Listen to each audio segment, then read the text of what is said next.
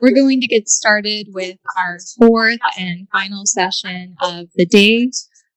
Thank you all again for coming and making this day the event that it was. We were so honored and grateful to host you. Thank you again to SAP. Thank you to our presenting sponsor, Accenture.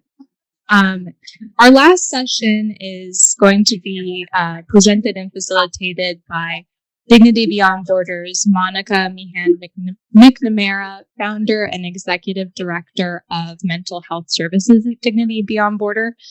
And she will be talking not just about mental health and well-being in general, but specifically your mental health and well-being.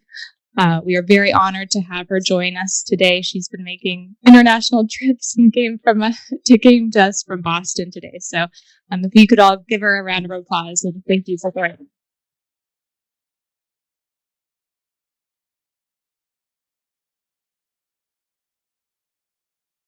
Turning green.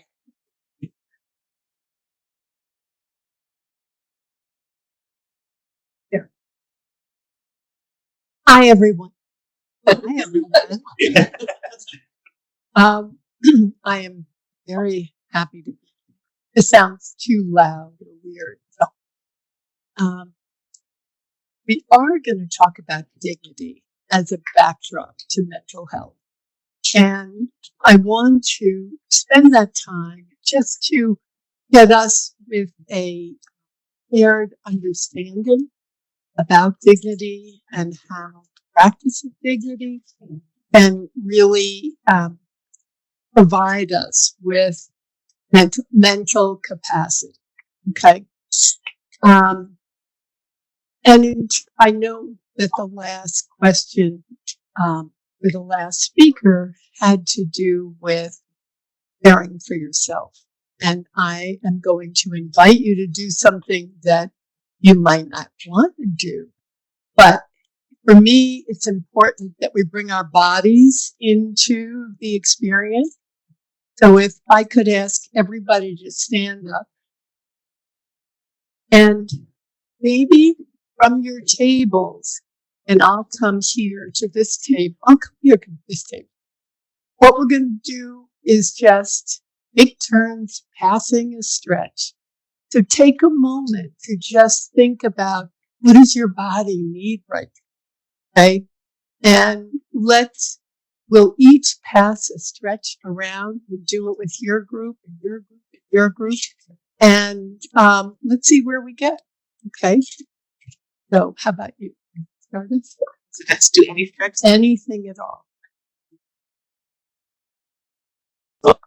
I don't think you. Whatever you want to do.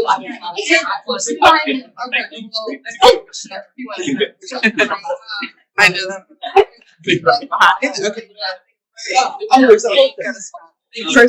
Oh, so to take it off the stretch? My shoulders. Yeah. This is another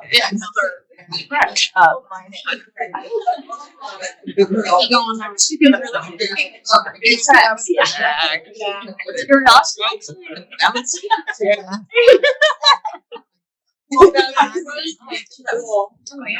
it's always so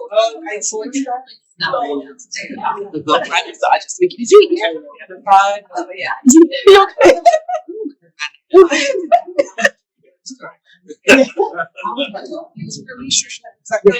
Needed that. Okay. Thank you. I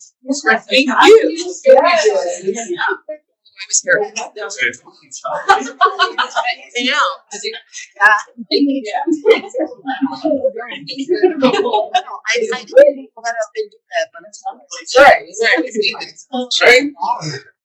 I'm the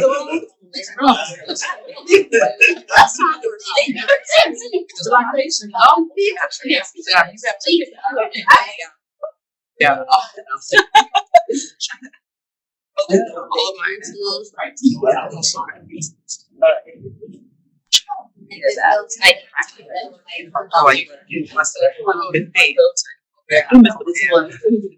That actually was. Okay, just a quick check-in. What did you notice? Anything? Sorry. Cracked your neck. Okay. Do you notice anything different when you sit back there? Or go lighter, more lighter. Yeah, a little energy. That's one thing that we can do. And I think the work that we all do, we hold a lot. And it's important to bring the body into the mix, to reflect on what the body is experiencing. All I'm going to say about that. I would like this to be an interactive experience. Please stop me at any point, ask a question. Just let's make it our experience. I want to learn from you. I think that this is work that really deserves care, and everybody who's doing this needs to be cared for in order to survive. And I will say that one mantra that I have is to always reflect on what's going out relative to what's coming in. What kind of exertion are we putting out, and where do we get moments of recuperation? And I want to talk about that and hear your thoughts as we go. As Kennedy mentioned, I am part of Dignity Beyond Borders. And just briefly to give you a sense of it, it's an organization that we started about a year ago, and it's working with young people from throughout the world who've been impacted by terrorism, war, and mass violence. We work with adults throughout the world, adult women who have also had a loss due to terrorism, mass violence, and war. And we work with women, in particular mothers, here in the U.S. who have lost a child to incidents of mass violence.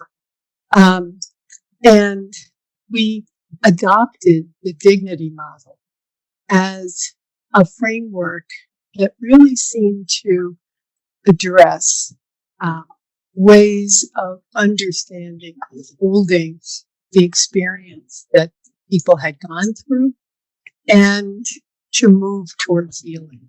And I just say that to include that all of us who are doing the work, I facilitate many of these groups. If I'm not observing and practicing dignity, it doesn't really work. And so how do we organizationally put these practices in motion, and how do we really take it up? What comes to mind when you hear the word dignity? Yeah. Yeah. Say it again. Yeah. Yes. Okay. No one should feel small or belittled. If you feel. No one should feel small or belittled.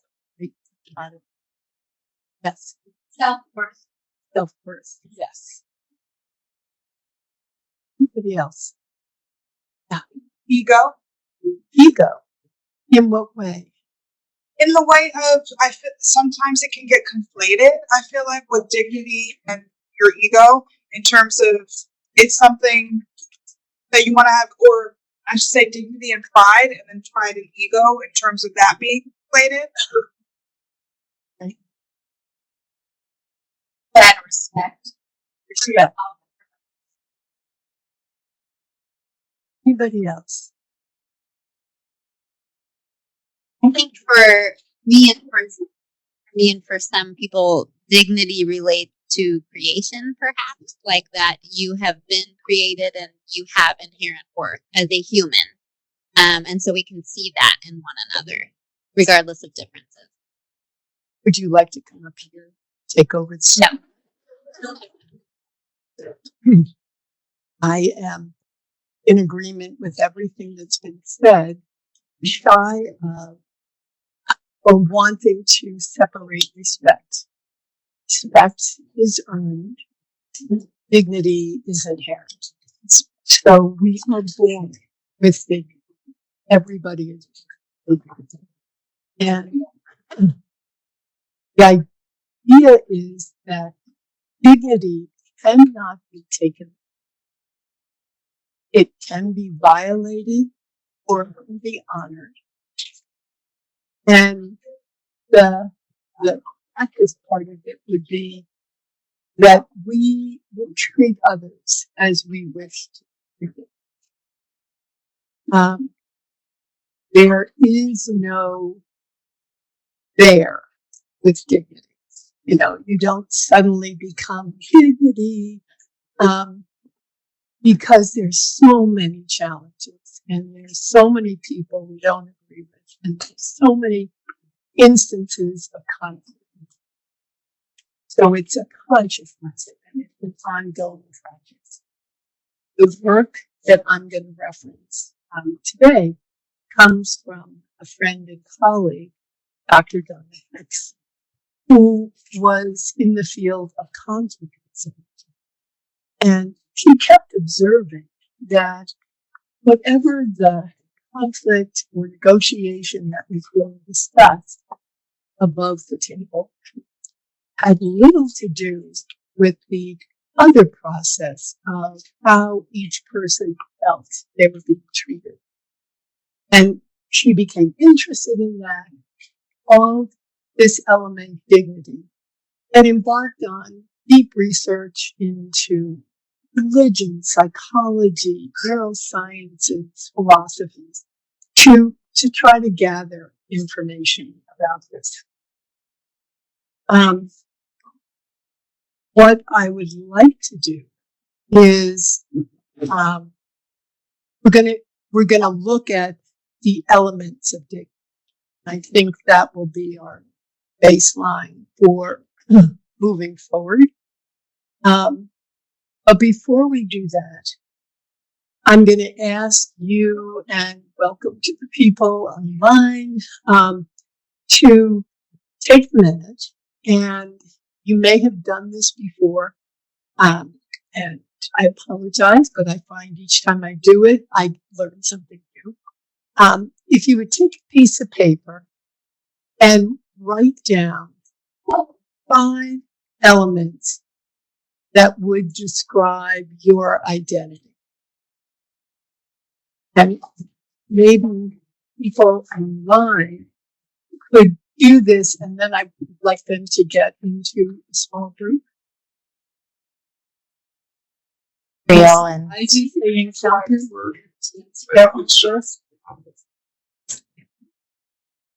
Yes.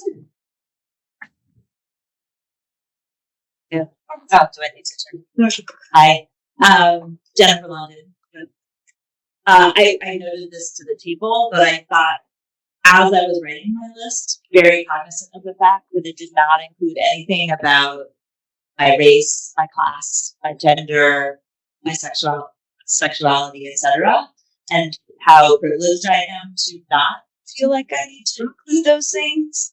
And that was something that, like, and then hearing other people who did maybe share some of that as part of their identity made me reflect on that there are actually things I can speak to very specifically about how I grew up, etc., that absolutely influence who I am today, but they're not. I had to be reminded of that by hearing it from other people. So I think that's just something for me that is always part of the, what dignity means. I think in that context. Yeah, great. Thank you.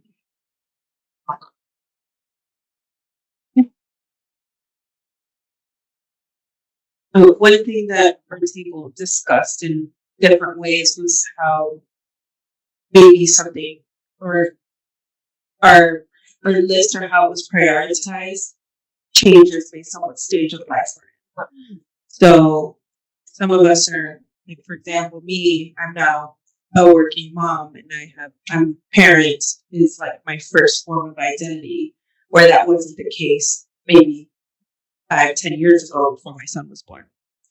Right. Yeah.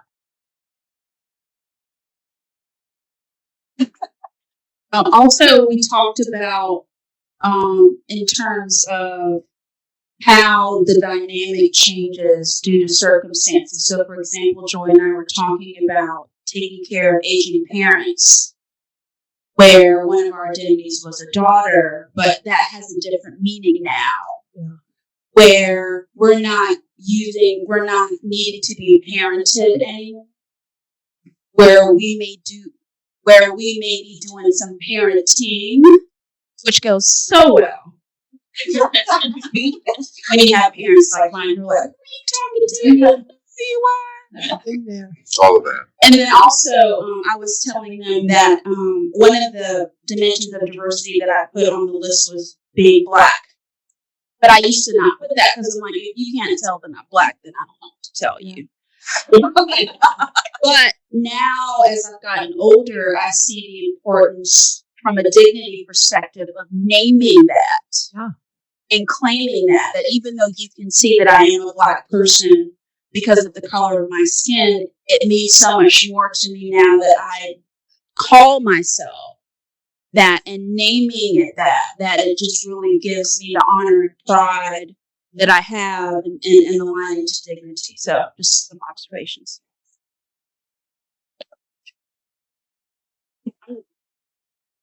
I love our conversation. I was just going to add, as we talk about like mental health and what's exhausting, sometimes we hear the phrase "bring your whole self," but if you think about all the things you write and how it shifts on any given day, it's really about bringing your best self, and you choose which identity you want to lean into. Because if you were to bring all of that, right, it's quite a vulnerable place, but it is also about you having the power to choose. This is what my best self means and looks like today. Yes. So dependent on group, moment, life experiences, and it's not fixed. Right? It does evolve, change over time. So I had approached the exercise as what are 5 identities that you define yourself by, and then prioritize. I'm saying that's not how you see me, but how you am. So I'm with you on the Black piece because that is who I am. Without doubt, kind of feeling. And then number 2 is parent because I'm Yolanda Wiggs. I just am that and will always be.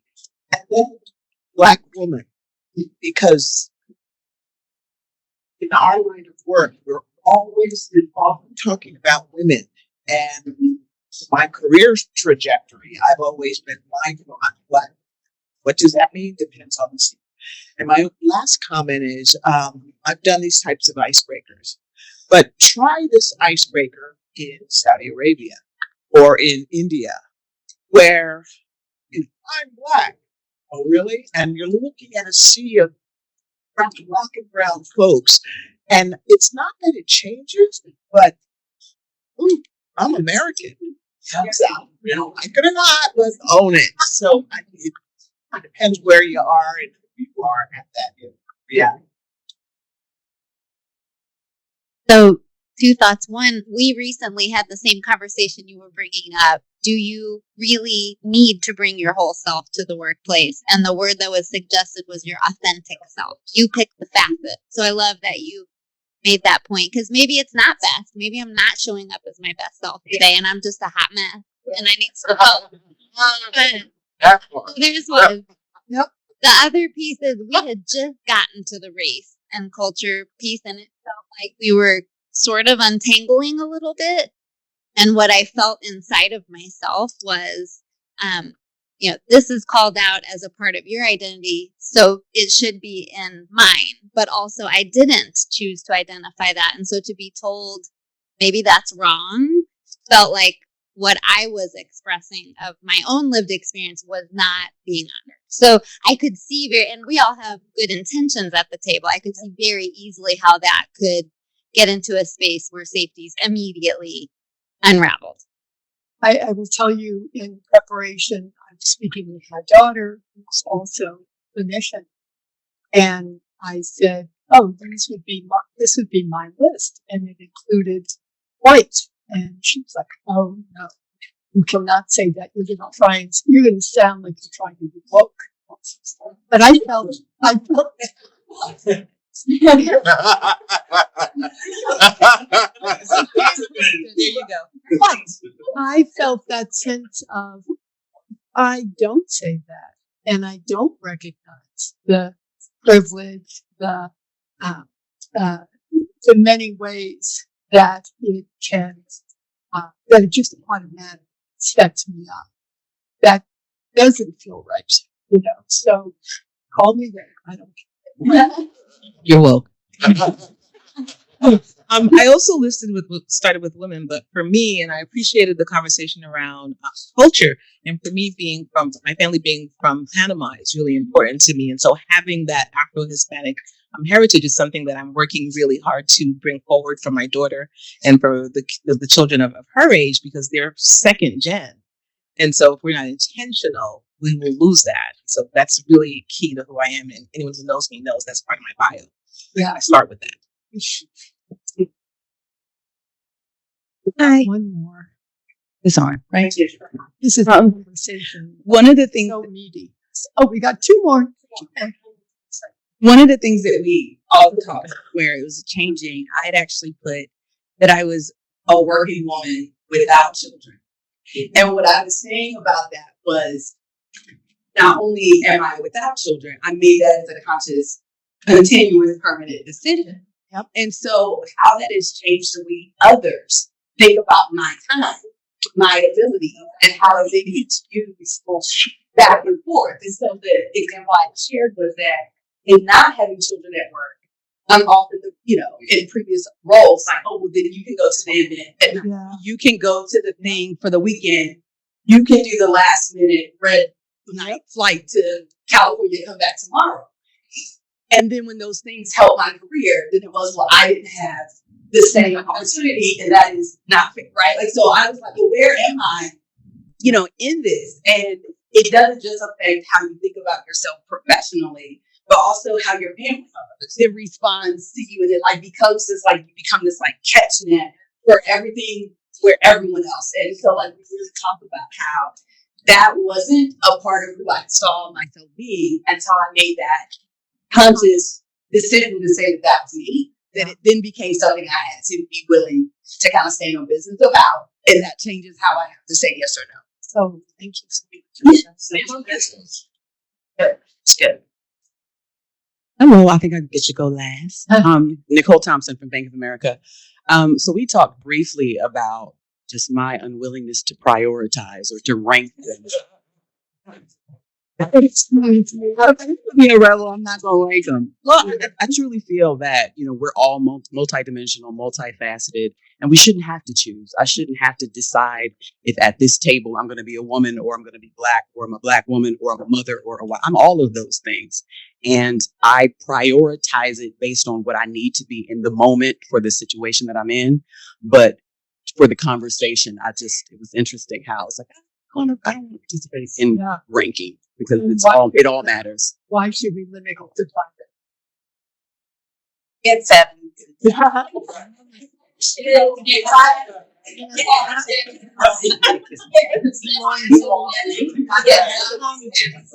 All right. This is so helpful. And what I'm hoping that we will do as we move forward is to keep thickening the conversation, right? We operate often very thin descriptions of ourselves, and I'd like this to be an opportunity to thicken all of you just provided. So thank you. You have on the table a list of the elements of this Okay, so the first one is, it's one other thing I wanted to say about accepting about identity. We don't know how people prioritize their identity. We don't know a lot about that. And it may show up around issues that arise or conflicts that occur, right? And so the reason to really examine identity is to bring that forward and for us to have the awareness of what our authenticity is and what are the situations that welcome authenticity and where are the places where we feel we have to really slim down to singular parts. And I think the example of being a working not mother is a more recent, well, it's not recent, but more women are making that choice. And the expectations that come with that, which are just unfair. So, okay, so the first one, approaching people as neither inferior nor superior to you, giving others the freedom to express their authentic selves without fear of being negatively judged, interact without prejudice or bias, accepting how race, religion, gender, class, sexual orientation, age, and ability are the core of their identity.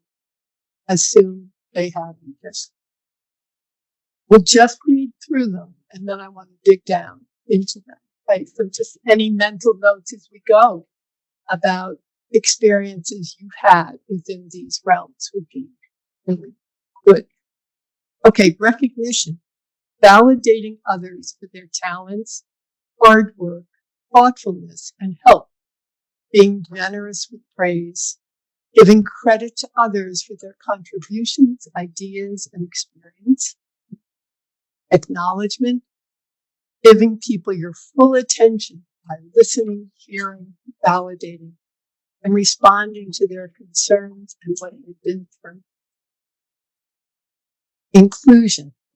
Making others feel that they belong at all levels of relationship, family, community, organization, and nation. Safety. Putting people at ease at two levels. Physically, where they feel free from bodily harm. Psychologically, where they feel free from concern about being shamed or humiliated. And they feel free to speak without fear of retribution. Fairness, treat people justly with equality and in an even-handed way according to the agreed upon laws. Independence, empower people to act on their own behalf so that they feel in control of their lives and experience and a sense of hope and possibility. Understanding, believe that what others think matters. Gives them the chance to explain their perspectives, express their points of view, actively listen and organize. Benefit of the doubt. Treat people as trustworthy. Start with the premise that others have good motives in their actions. Integrity and accountability. Taking responsibility for your actions. If you violate the dignity of another, apologize. Make a commitment to change. So what you do is to take this as a frame of reference.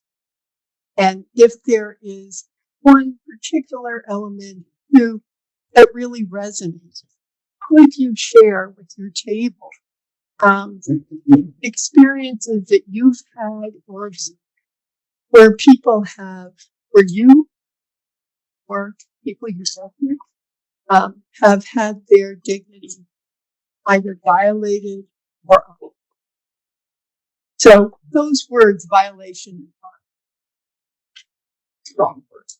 And as you read through, you can kind of hear ways that people have been mistreated and been mistreated. Many of us have that experience of being mistreated. And also moments when you have been heard, understood, acknowledged, safe, etc.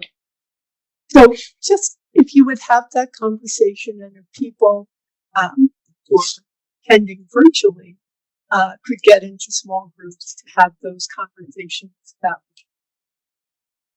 So we'll take about 15 minutes. Then come back together, talking as a person.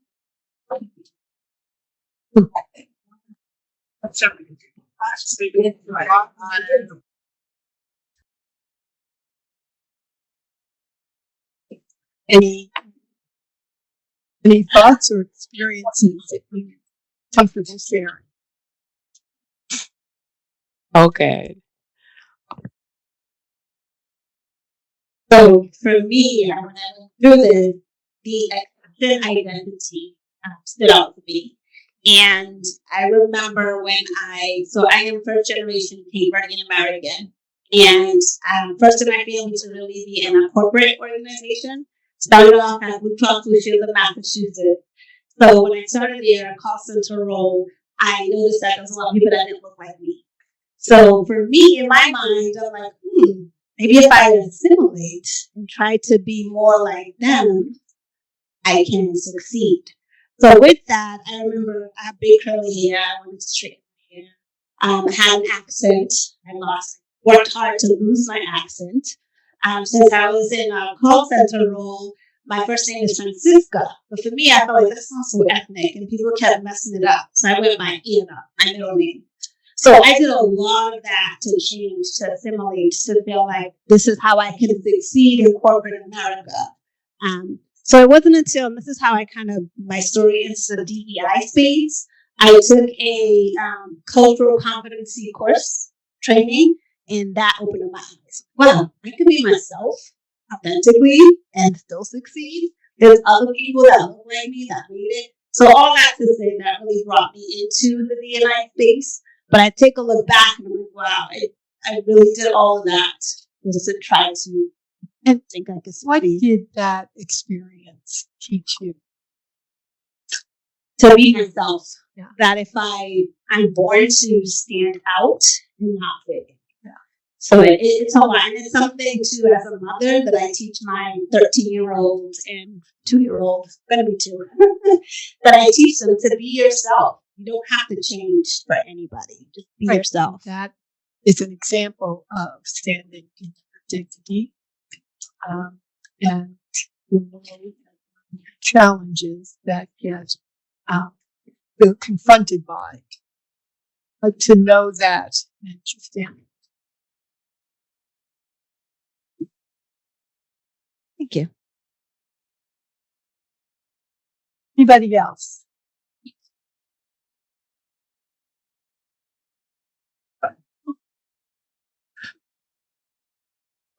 I was sharing at the table that thinking from the perspective of violations to any of these, the degree to which I kind of like worked to not leave my dignity in the hands of other people. And it's like it's a position and an active work that I'm not going to leave my dignity in your hands. And noting that the times where I have experienced a violation, I think I shared with my table that I was expecting it. I expected to be violated at some point for being Black, verbally or otherwise. I expected to be violated because of being gay, verbally or otherwise. So it wasn't a surprise that I was violated. It was an expectation that it would happen, it would continue to happen, and then there is the judgment of the people who do it. So there's no dignity for them because they are now perpetrators. And examples of why I am on high alert at the high town of like I'm not going to, my dignity I can't trust you with my dignity. Could you share anything more about the kind of steps you realize you take internally, in interaction to maintain that, to assert that. Well, I think it definitely came from noting all of my differences and how none of my differences seemed to make me special or seemed to protect me in any way. I remember very vividly in elementary school, being good at school, and that ostracized me. And I remember it might have been elementary school or maybe junior high school, the first time someone going to an all-black high school, an all-black elementary school in Harlem, someone saying to me that I talk like white people. Now, what they didn't know was that was under instruction of Abby Montgomery, my grandmother, who was kind of like, there's no such letter as Zara. No such thing. Doesn't exist. And a number of other protocols that we all followed. That's why we laugh. That's why, exactly, the laugh of recognition. That makes sense in this room. But so those were some of the things, and I think probably it was the lack of safety. Because ultimately I didn't feel safe. And so as I grew to the degree that I could, I would not leave my dignity in the hands of other people. I had to, and it's taken years. I had to generate it myself because I could not count on other people to give that to me. And even praise that I received wasn't that it was praise for things that were actually making me feel other. So that didn't even feel good. Yeah. I think that although in scientific studies they have shown that kind of dignity violation affects the brain in the same way a physical assault does. But it's hidden, right? So we carry those wounds, but we don't recognize them in others. And when you said that, it brought back to what we were talking about at the table when you said expecting the violation. That is why the benefit of the doubt and assuming people have integrity can be a challenge, and why it's so exhausting, because when you hold yourself to a certain standard and you want to be a good person and you want to approach conversations and situations and people in the way you know that you need to and the way that you hold yourself accountable for, when you expect to be violated and you are violated, it hurts. And so we were just talking about the difficulty and the challenge in giving people the benefit of the doubt and assuming good intentions when sometimes they really just don't have those things. Yeah. Have you found any workarounds in those situations?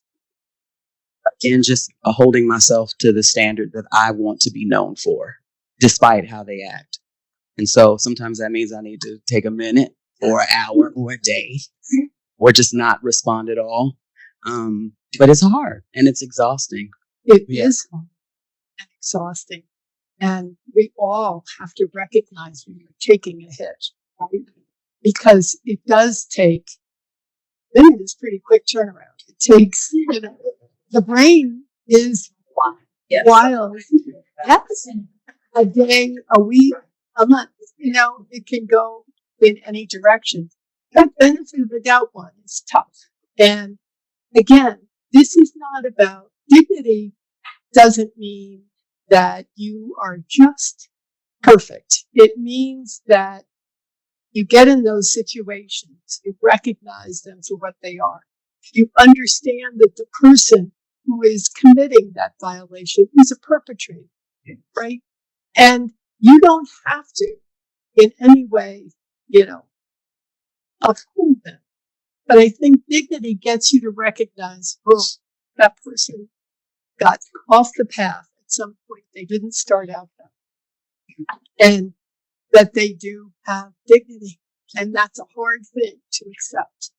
In the programs that I've been a part of, often we have young people, 15 to 22, coming from all around the world. And often it's people on the opposite side of the conflict. And we have to really set the scene and create that safety to say, not about agreement. It's not about forgiveness. And it's not, it's really about hearing. And that's our job, just to know that you have this here. So, yeah.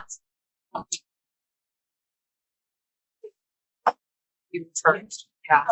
So I was just going to say what the two of you shared was exactly what happened at this table, where we were talking about the fact that up until now, I never saw dignity as an action. I saw it as a state of being because I was taught that dignity was mine to have, not for someone else to give or violate. Yeah. So this was a really interesting conversation because I remember saying, well, who's doing this work? Like who's responsible for this?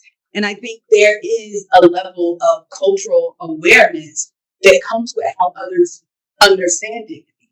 Because for some, whether it's religion or race or gender, dignity was never a promise. And so like it had to be a personal level of commitment. So this has been one of those like cognitive dissonance moments for me because I'm like, oh, there are people who are actually actively working to treat others with dignity. I thought that was something I just was. Yeah. Because I was going to stand in being dignified, Yep. regardless of what was happening over here. Yeah. And so it's, this is just a really great conversation because I never considered dignity from the perspective of someone who didn't have it. Because like my grandmother would be like, they just weren't raised right. Right? Like that was that. And so that's why I didn't think about that. And because I felt it was in me, I also didn't treat people in a way that violated their dignity because I recognized I had no power to violate someone's dignity.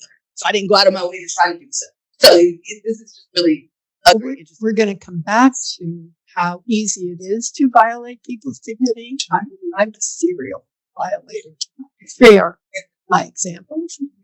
I also want us to come back to talking about how do you bend your dignity in those instances where it's happening. And how do you hear when someone tells you that you have offended their dignity? Or Yeah. I'm Karita. Hi, From keep going out. I'll go loud. I can. Oh, it's dead. Oh no, there it is. Red and okay. All right. So I can talk loud. I think it's just going in and out. It's going to sit down. You want online? Yeah. Just pause for a second. Thank you. Okay. Okay. Perfect. I want to acknowledge what you mentioned earlier about saying that you talk white. I had the same thing happen with my own family members in Virginia, and so I think it's something that's a part of our identity. And then when you mentioned about dignity, how our family members have always told us, like, baby, just bless their heart. That's just how they are. And you just continue to move on, but you don't really think about assessing the process and how it impacted you and impact others. One thing that we talked about is recognition. If you think about the 5 love languages, it's the same of word and affirmation. I make sure I give that to my employees, my ERG leaders, like recognize them. It's a part of that impact, career visibility, and more. But then you have to think about the next part of acknowledgement. What does acknowledgement look like for our leaders? What does feedback look like? It's part of acknowledgement. It can be praise, but then you also have to give feedback to challenge them for them to get better. So, like, where does that fall into the place of the elements of dignity? And then acknowledgement looks different as far as the generational cohorts.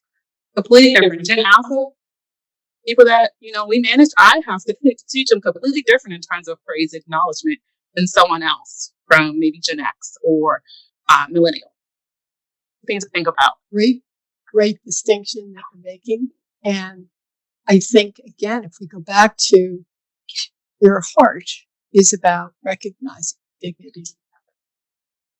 Your acknowledgement and perhaps feedback that you're worried about how they're going to hear is offered with that idea of, I offer you this because I think that will really help you grow. I think this is something you may not be aware of, but it really could make a difference. Let's talk about it. And that's, that's where the dignity piece is mutual. So the piece that I was going to add might be going back a little bit, but I think about what we talked about in the beginning with the identities that we hold true and how we're treated with or without dignity. But there's always additional assumption for people from historically excluded groups. When you encounter an experience that doesn't align with what you expect, you go to that dimension of diversity. And the reason why I was treated this way wasn't because the salesperson was busy. It's because I'm Black and she thinks I can't afford to be here. The reason why the flight attendant didn't think I belonged in first class was because, right? And even though it's not their intent, yeah, and you try to assume positive intention, there's always the elephant in the room that you have to reserve some monicum of, this could be an experience that I'm having because of the way that person is responding to or assuming.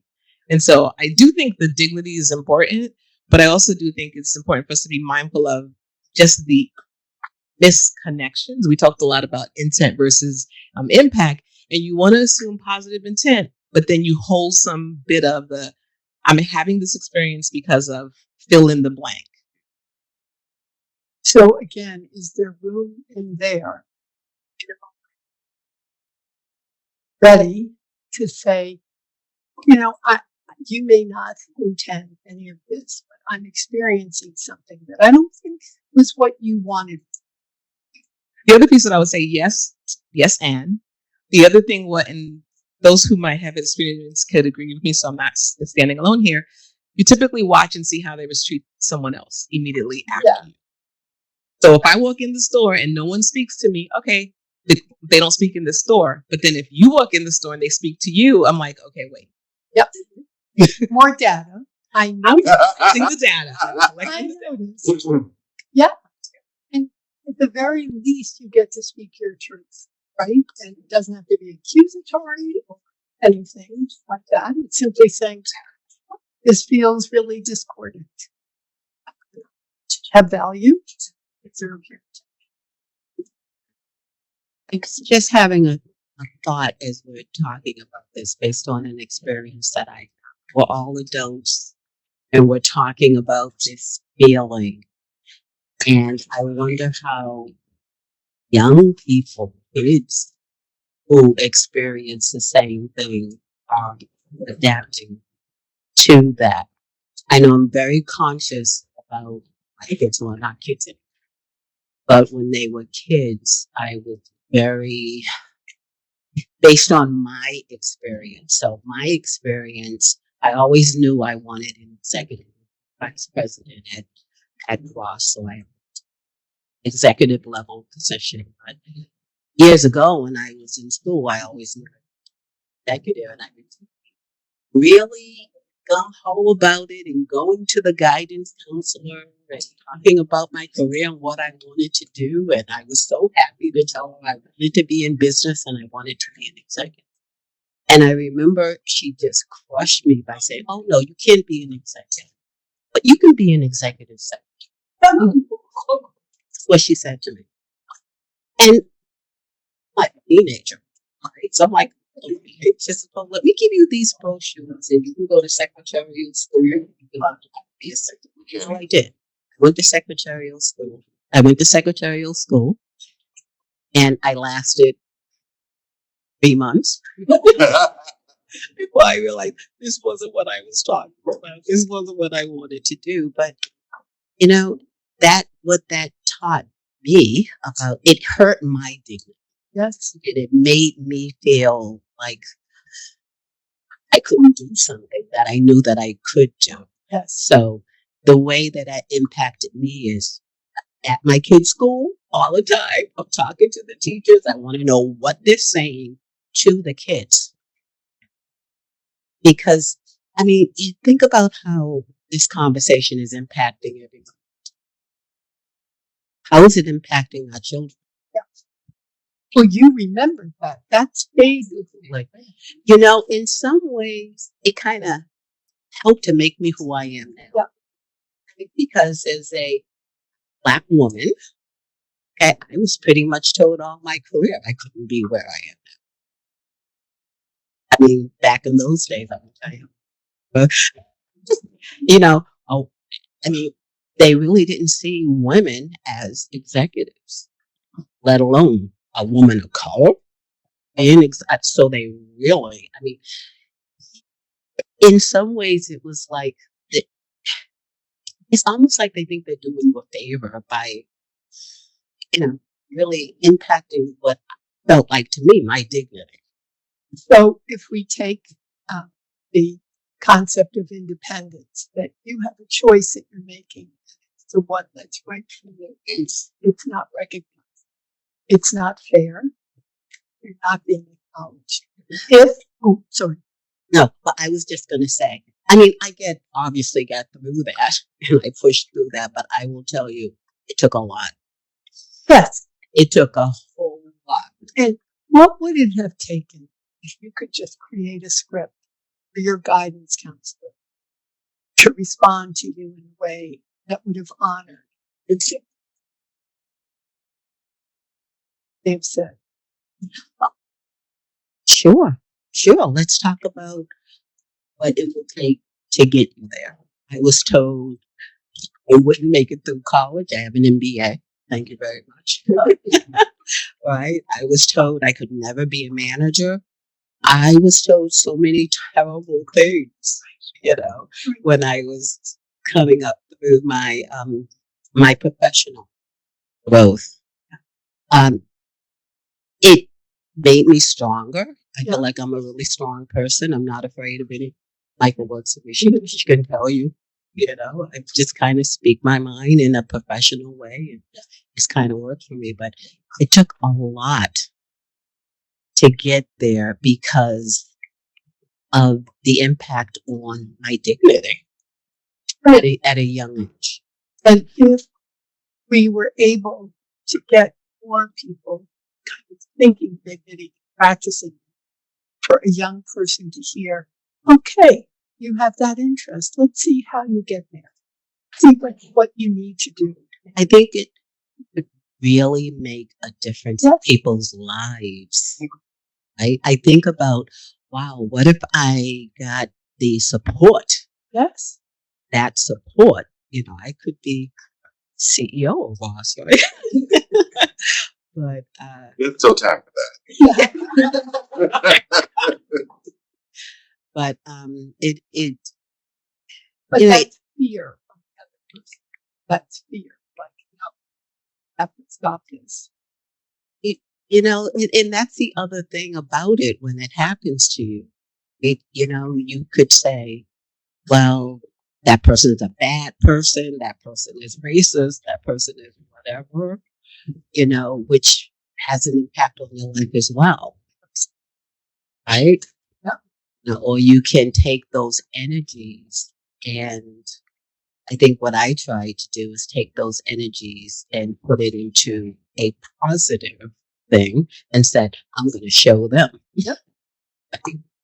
But it doesn't affect everyone that way. I've seen it affect many people in a negative way. So I'm just saying that, I mean, I hear all these great stories and hearing everybody talking about how it affects them, but it happens to young people too.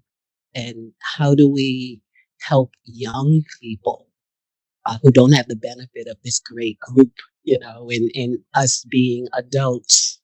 How do we help them through that so what happened to me doesn't happen to others?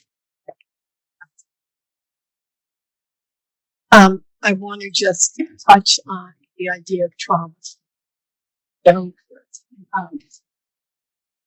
trauma with a capital T, lowercase t.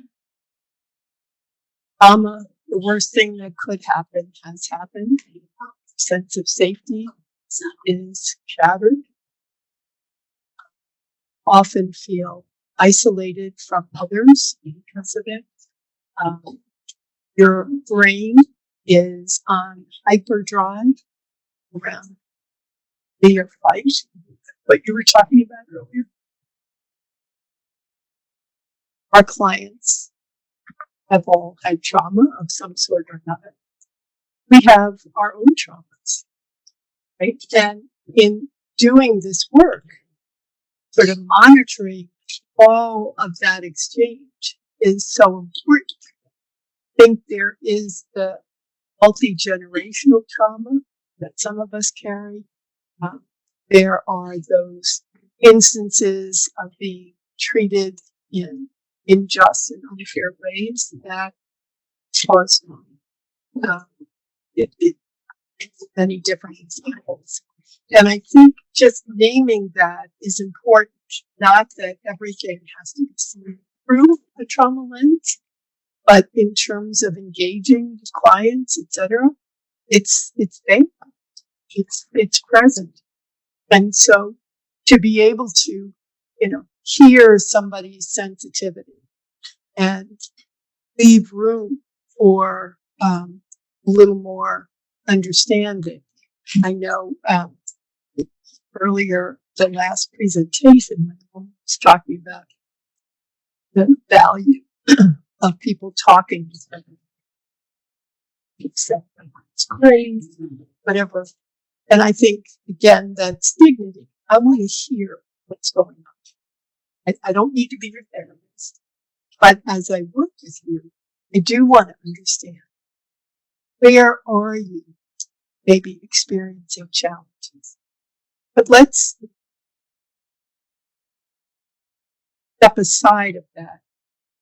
Put it out there. Something touched them. What a year this has been, right? Ukraine, October 7th, East Lebanon, college campuses, the horrendous DEI pushback that's taken place, the environmental collapses that are happening. We are being traumatized. The election.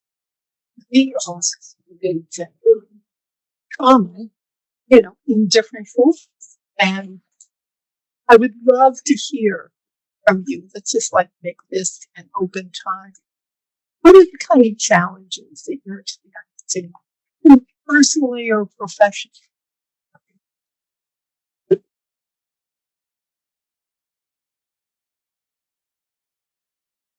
Yeah, and when you're speaking into the mic, please keep the mic close to you. For our folks online, it's easy to go like this and talk. Please keep it like this. We want all the captions to pick up their hard of hearing. So just keep that in mind. Thank you. Thank you so much, because that was what I was going to say, is that people don't think they need to use the mic because they can project, but people with hearing challenges, you need this mic. So thank you. So this year, I remember on December 31st going to bed, and I'm not a New Year's person, and I wanted to close my eyes and to wake up and it be 2025, because every piece of my soul knew that this year was going to be hell. It was just going, and it was because we lived through 2016 and what that was in 2015, and I just wanted to close my eyes and not have to live through it. And there's a thing that you've seen sometimes with people with cancer diagnoses when the cancer comes back. And that's what I felt like. I felt like this is the cancer coming back. And we've got to put the game face on and we've got to do it all again. And I'm going to do that because I have a family, because I have a job, because I have responsibilities. But all I wanted to do was sleep through it.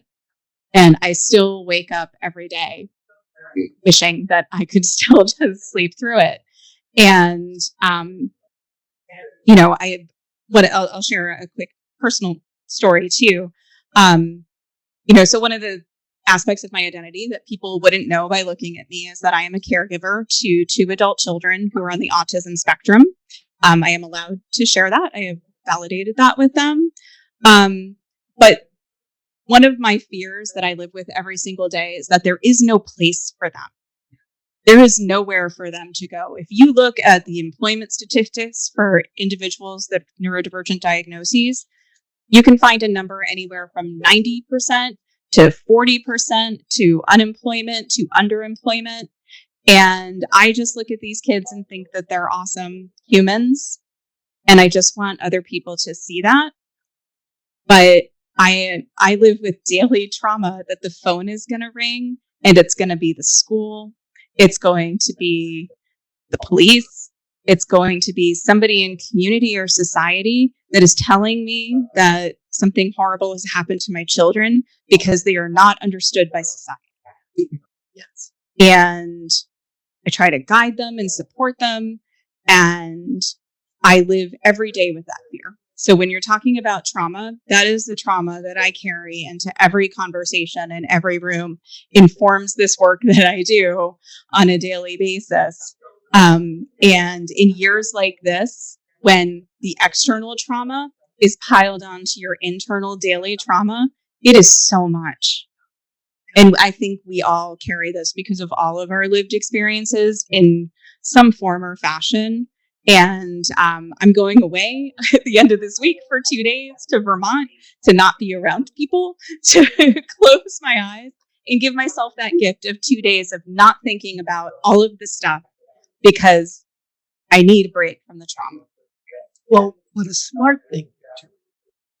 You do need a break from the trauma. It doesn't go away, but taking that time, gifting yourself with that kind of attention, intention, is a smart thing.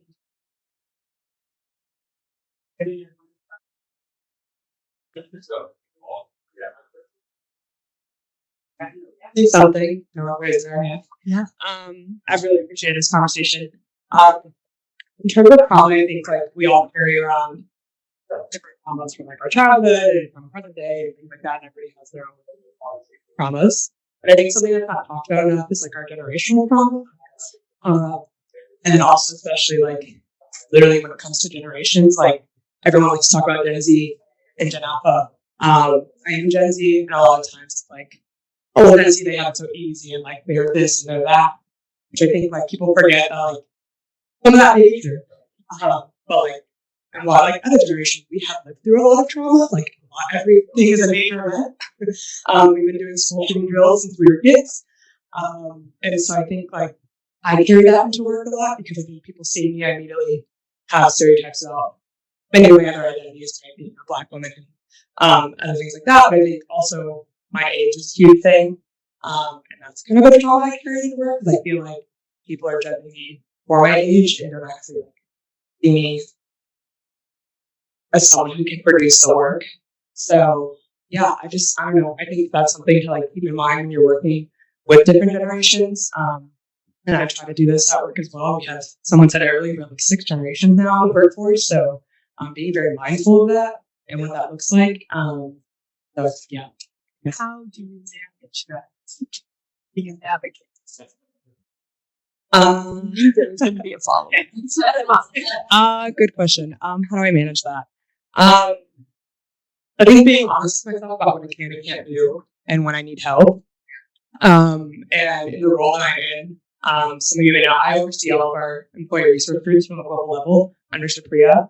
And that's a big job. I really enjoy it.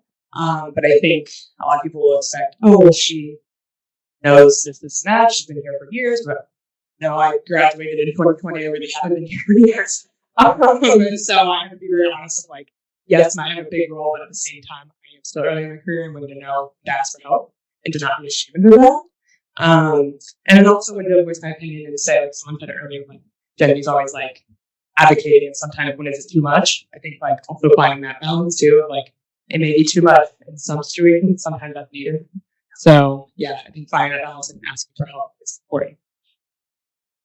Thank you. Mike's coming to Alex. I think, okay, it's on. Just to touch on the age piece, I can relate to that. I'm Alex. I'm from PwC. I took a role managing all of our Interbelief ERGs the end of September last year. Went on vacation for a week and came back on October 8th. Right? So now you're brand new in this role. Mark's shaking his head because he's heard the story. And you don't know what end is up. and you had to admit when you didn't know, but you also now have to build trust with these people who it's my job, right, to work with them every day after we get through what's happening in the moment. So I totally empathize, and being unafraid to say, I need help. I cannot do this alone. As far as the trauma piece, what I've noticed at work is that it's like a trauma competition. Like, who's got the most trauma on any given day? And it's just like, we all have trauma. We all have crosses. You don't know, right? And you can't just assume because of someone's age or race or gender that they haven't had trauma. That would be super unfair. So I know navigating that. I manage other inclusion networks as well, or ERGs as well, not just our interbelief ones. But navigating that has been traumatic. And trying to pull your own personal trauma out of it, right, has also been a very deliberate effort. So, and I'm still employed, so I've done something right in the last year. What helped you along? Being really honest about what I didn't know. And that, not even just with my leadership team, right, who certainly was there to support me and didn't expect me to know it all, but with these new stakeholders coming in and saying, I have no idea how you feel right now. I don't identify the same way you do. I want to help. I want you to trust me to help, but you have to help me get there. I can't, and I still say that, right? I manage 5 sub-chapters within our interbelief network and only identify as part as one of them. So I don't know what it means to be fill in the blank. And I've had to just get brave enough and say, you guys got to help me. You got to help me. And it's cool to see them like slow down and be like, wait, Alex doesn't know what that means. Can we explain it to her? So that's been really powerful. Therapy.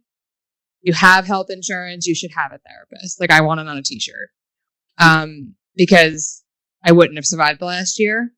Yeah, I think those are the 2 biggest things. You know, I think what each of you are bringing up is that idea of that vulnerability. I don't know what to do right now. I would tell. I have come to believe at my age and as a clinician, et cetera, and just a human in the world, really get that the place of vulnerability is also the place of strength, right? And I think that the dignity frame allows you to not know, but you care.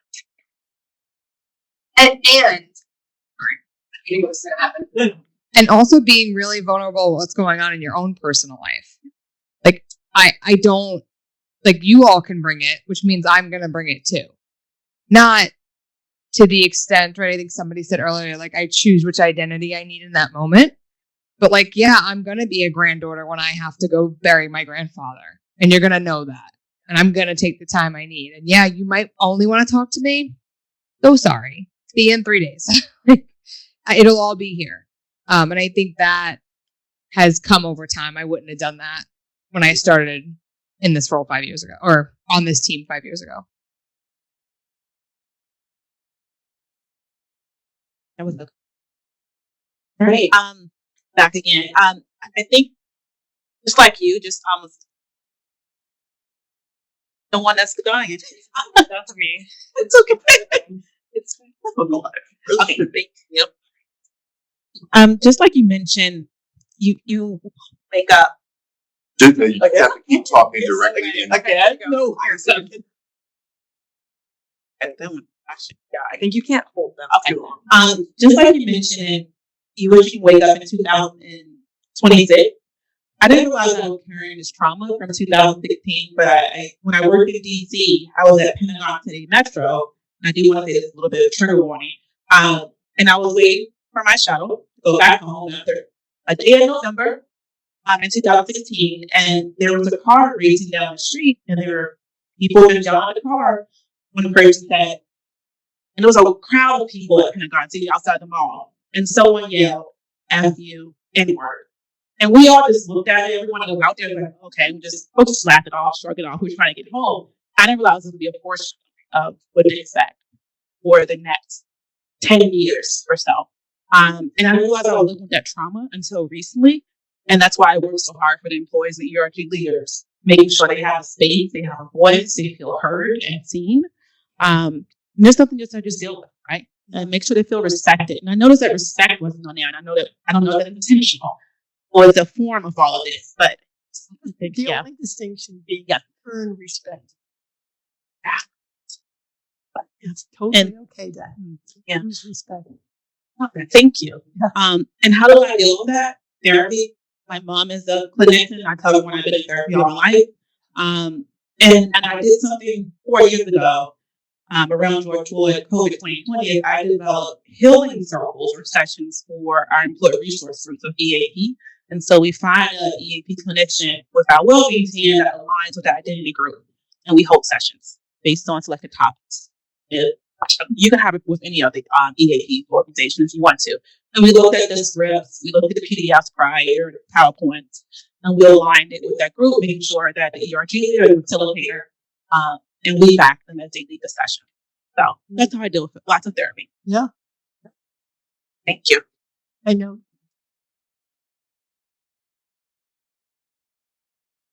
Well, thank you for creating this space. But you said something about game face earlier, and everyone in this room, how long have you been working in DE&I over 3 years? Those that have, raise your hand. Okay, think about the last 3 years. We went from DE&I being the savior of the world.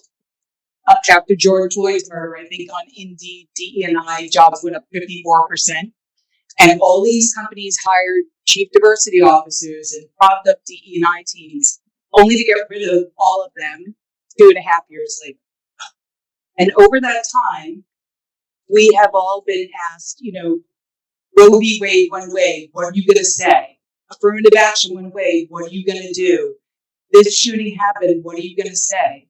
And it has been nonstop for 3 years. And then to put the cherry on it, now DE&I is being weaponized in the most ridiculous ways. I mean, even in campaign ads to like that I can't even believe are out there. And so we're dealing with all of that. And at the same time, you're a person.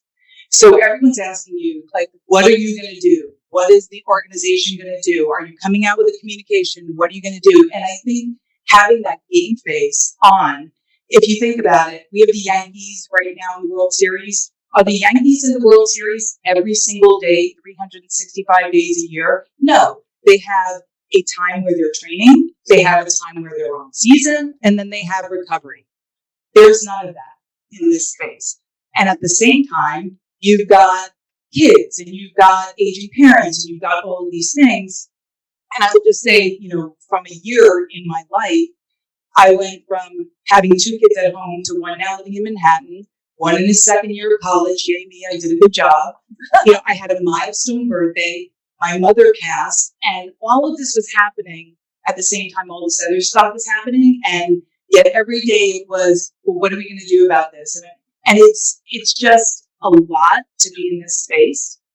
And so I love having forums like this because you realize you're not crazy. I told Mark, I'm like, okay, I'm so glad I came. I'm not crazy. Yeah. And the things I do is therapy. Like, I've never really done that. I'm doing it, and I have been for a year. I have an executive coach. I'm doing more of these things. I work out at least 4 times a week, but I've always done that. I eat healthy. I get my sleep. All of those things. I go for massages. I do the things for self-care. But I think we have to remind everyone around us that we are human beings too. Yes. And yes, you're upset about Roe v. Wade. I have a 24-year-old daughter. I'm concerned about that too. We are not making accessibility for people and people that are neurodivergent are underemployed. My son's got ADHD. So all of these things impact us as well. And I think we just have to look for grace from each other, but also the people around us to understand a little bit more about the emotional toll it takes on us to do this every day. Well said. It's frightening to list all of these those events. Like, what are the ways you mention things that you do for self-care, but honoring your dignity? What are your expectations?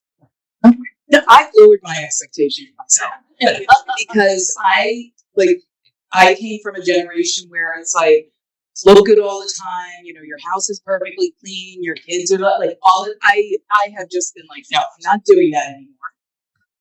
And I'm doing the working out is for me, not because I have to look a certain way. How I dress and my highlights are for me, not because I'm trying to impress anyone. And I've just realized that like I've got to live my life for what makes me happy. And I didn't really prioritize that before. And you know what? The world didn't fall apart by doing that. You know, the world's not going to fall apart. You going away 2 days a week, and 2 days this week. It's just I think we constantly felt we had to be on the treadmill, and the world would shatter if we weren't. And you know what? It'll be there tomorrow. So It's going out yeah, versus what's coming. Sometimes we have to come up with those strategies. and I've learned to say no. Oh, you know the best thing I heard this year, and maybe other people know this already, but that no is a complete sentence.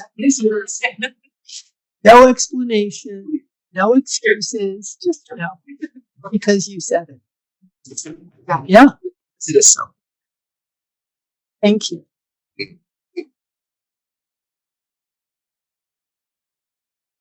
Anybody else?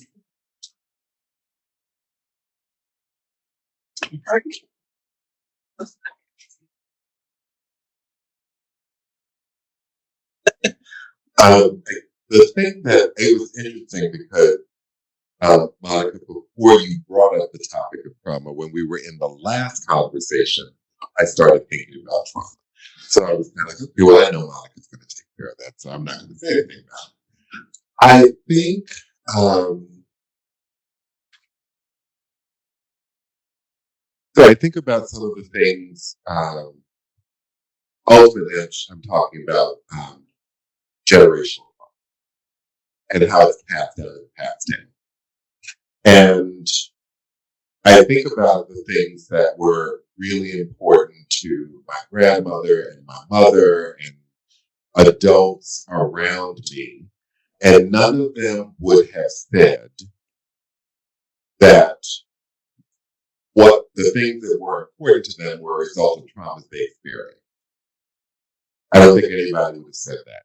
And I know that I'm not aware fully of the ways in which my own traumas and the ways in which I share and pass things down to nephews and nieces and younger people in my circle. Like, I don't know that there's a waking sense of it. And I really appreciate that conversation that we're having today, because when I think about the work that we're often called to do with you all, I don't think that there's enough room that's made for the perspective that everyone walking on the planet has something they're carrying that's informing their behavior. And that gets again to the practice of dignity. That because it's and I'm trying to remember who someone was talking about. I think it was Jada who was talking about like the assumptions that are made about who somebody is and what their life story has been, and all of that kind of thing. And as people working in, around, or are DEI practitioners, depending on how long you've been doing the work, then you may have seen some bad work done at some time. There's been some really bad work that's been done under the banner of DEI, and those people are walking around with the trauma of that. And so there's just something for us to be mindful of, that often the work that we're doing is repair work and restorative work, not just crisis management. Because we're never dealing with, and this was one of the things I think became really apparent for me in the early days after October 7th, like in that first couple of weeks, that we do some training around social identity and salient identity. And for many people, identities became salient for them in a way that was a surprise to them, or that they never had the space to talk about what they had been carrying. But then there was also against this backdrop of, what are you going to do? Exactly. And in some instances, people were asking for things and they didn't even know why. Something was speaking. And we can only assume that it's you're earnestly making a request. But I think we need to, and this is something that we've been advising people for a while, ask more questions. Because people come to us traumatized, wanting us to take action right away, and wanting to really having the desire, I need to know. One, because you're acting right now in a way I don't even know who you are right now. So if I don't know, you may not know who you are right now as well. So I'm going to ask some more questions, not because I need you to validate your experience, but so I can understand what's happening so that I can try to find a solution. And there may not be one. That was the other thing for me. Was getting used to, from our perspective, just in terms of people who were reaching out to us, knowing that it was not always going to be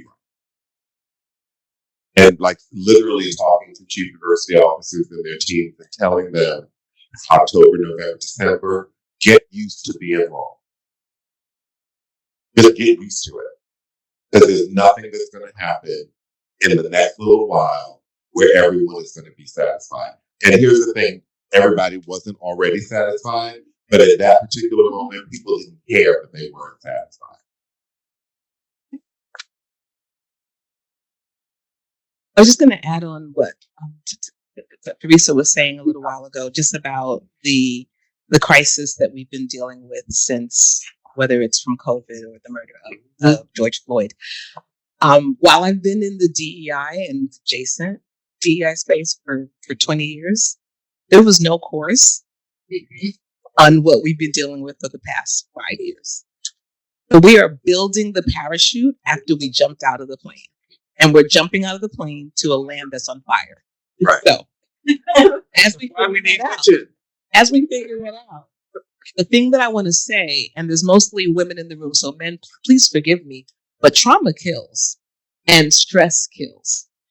And so when I think about what we're doing for each other, is there are people who, if I don't wake up on Sunday, matters way more to them than my job.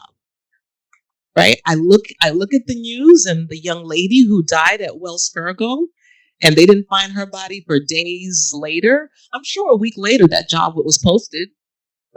And right now there's somebody who's doing the job that's doing the job, right?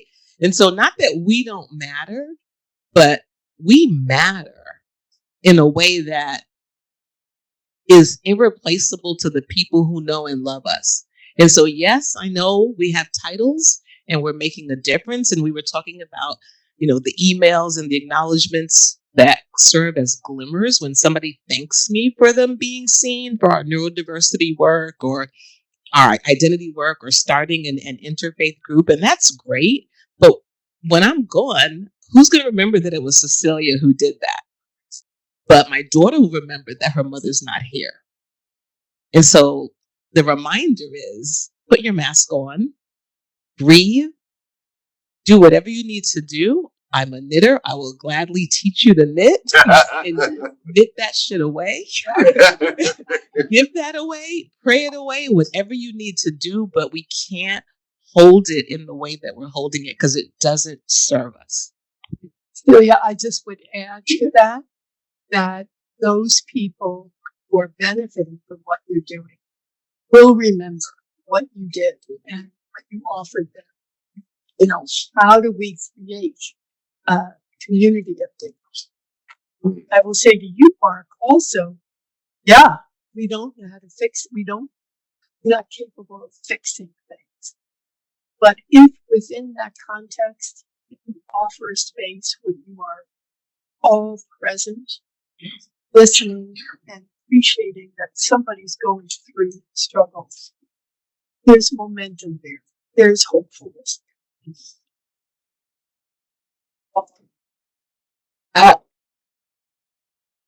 So I've worked with the dignity model for many years. Was so excited and happy to have you. And what always keeps me sane and with working in the dignity model is the temptations to violate dignity in reaction. And forgive me if you're getting there, but I'm impatient, Mark will know. So I'm going to jump in with it that because that when our dignity is violated, our first instinct is to violate others in return. And I know that's come up here, like how it takes some strength, so that take a moment, take a day, take a week, so that we don't engage in that. And that also remembering that those who hurt, those whose dignity is violated, the action they violate others helps me when I feel like my dignity is, or someone's attempting to violate my dignity. It does happen, but it helps me recover to remember, well, maybe there's a dignity violation underneath where they're coming from. And maybe I can have some compassion for them after I have compassion for myself. Right? Put on the mask first before you help others. And that, because to remember that we all have that common dignity, that common humanity. And it also helps me give the benefit of the doubt. It's like, even in the worst dignity violation, there's still a human being on the other side, has human value and human worth, who probably also was hurt. So how can we work together? How can we break through those fortresses of defense to get to the humanity and help each other heal? I think with the divisiveness that we're all witnessing right now and have for years, so many of the people who are violating dignity with language and actions, many of them are people who have never been invited to the table, never been invited in. They've been othered. Right? It takes a hell of a lot to invite somebody in and anger toward. But it makes sense in terms of that reactivity and people who hurt are. And I think on a global scale, on a community scale, etc. And I just, again, because I want to live up to my reputation, and I want everybody here to feel that they could join the club that I live in, which is dignity violator. I got into a cab, strobe light going, and a disco ball. And when the cab driver turned it down, there was a very large sign in support of the person that I don't want to be in the White House. And I immediately just thought about all the negative things I would say to them and all the negative things that this person represented in my mind. And then, halfway in, I was like, hey, dignity, askance. So I said, to control my voice, I said, oh, sir, I see that you are in support of this candidate. What is it about it that you're interested in? And he turned out to be a very remarkable man from the Middle East who had worked in the forces. They'd been in every conflict. So I had a belief, just one single belief about that person, that they would not be subjecting us to more wars. He asked me about what I did, and I told him what I did. We had a very inclusive and fuller conversation, and I walked out so humbled, like there I was. I in my mind, he was no good as far as I was concerned. I will even go a step further and tell you what I did when 2016, the campaign was going on. I was at a restaurant. A rally was gathering across the street. And I thought, let me go try to understand a little bit more. Get all the way through before I gave an obscene gesture. Well, not one, but one on either hand. I got like physically assaulted. But I thought about that. It was triggered, got a response to my actions. It was all right there. It can happen so easily. And again, I'm not proud of these things, but you do it. And it's better to know that you have that capacity so that you can, in the moment, say, where did that get? How do I feel about myself right now? What are the choices that I have? To do it differently the next time. That's all. I could name many more things. Anybody else? Sorry, I had a comment from before, so yes, sorry, but just on, I think her name is Cecilia. What you said, like, bless you, because I think that's what we all struggle with, right? Because we want to do this work in such an authentic way, and we're passionate about it, and we care probably too much, and that glimmer that you mentioned, like that's the stuff to hang on to. So my one trick is I keep a book of wins. It's an album on my phone. It's work stuff, but it's texts from parents, siblings, all sorts of things. And I just scroll that every now and again to like re-ground myself in this work. Doesn't always work, but I do think you can do both. You can be super passionate and care, and also say like, I need a break. I need a minute. I have to catch my breath. I don't know what to do right now. And that, I think people respond to that, because typically the folks you're working with in these ERGs also don't want to take that break. So thank you just for saying that out loud. I know that this time it's run out. I am just deeply appreciative of your coming forth and really sharing what your experiences are. I feel like I learned from that. I will say that PI work is God's work. So thank you for all that you're doing. And I would say for me, a dignity honoring was to be invited here and to be able to connect with all of you. And I know there's more work to be done. Make this idea of dignity and hold on to it. It's worthwhile. And whether it's for yourself, people you work with, or the communities that you live in, it makes a difference. They were committed to with Dignity Beyond Borders is spreading the word, is engaging with practitioners of this work, saying, hey, let us support you in your work and let us learn. So I thank you tremendously. I appreciate what you're doing. So we have come to the end of our day. I want to start by having our workplace team members come forward. So if you all could just come forward.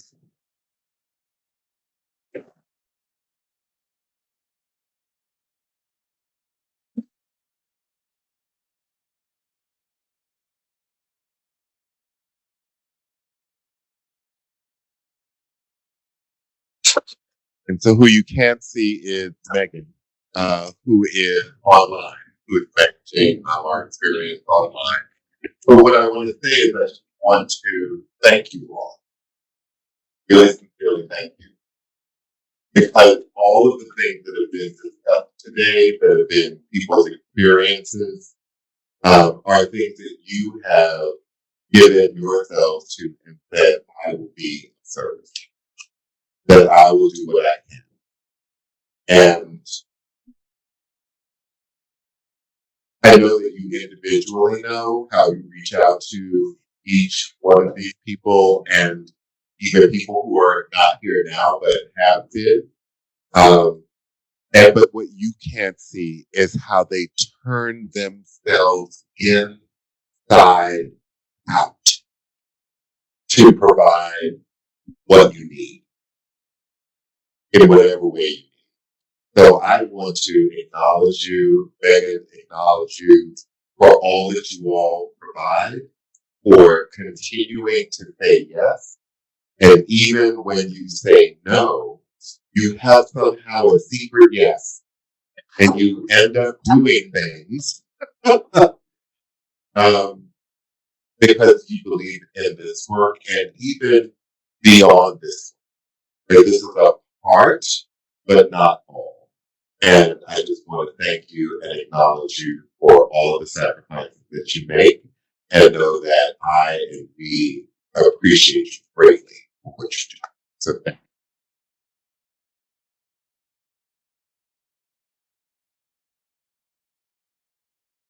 And Jada, could you come up for a second? Let's see.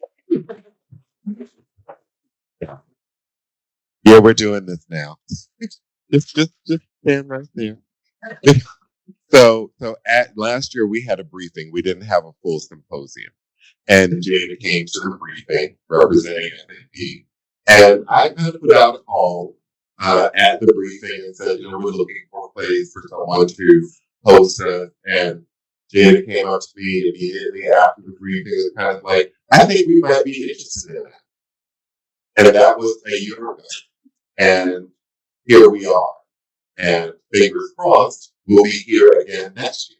So I just want to thank you for all, because you all know this, but we know very, very well that we can't do the work that we want to do without partnership. And you have provided partnership and levity and fun and joy and structural support and all of the things that we needed so that we could just focus on delivering content. So I just want to thank you so much for everything that you've done.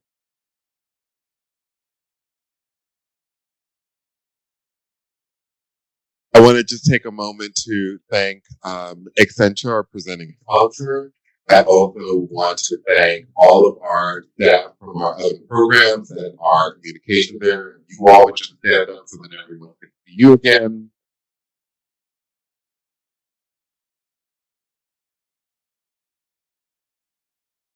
And I was looking for something inspirational to end with. I can't find the thing that I was looking for. But the last conversation that we had, Monica, reminded me of the practice of his, which is present in a number of traditions, and it is the idea of the practice of nonviolence. But the practice of nonviolence is not solely about physicality.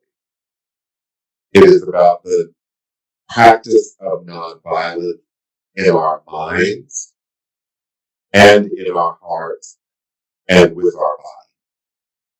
And the practice, I think it's important, and what I'd like to leave everybody with, I think it's important that when we consider the opportunities of diversity, equity, inclusion, belonging as they relate to religious diversity in particular, that we are trying to create something that has never been created before.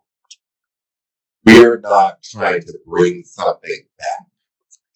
We are in the midst of pure invention and creation to have workplaces around the world such that employees show up whether they are religious or not, and they know, they expect that they will be treated with dignity and respect.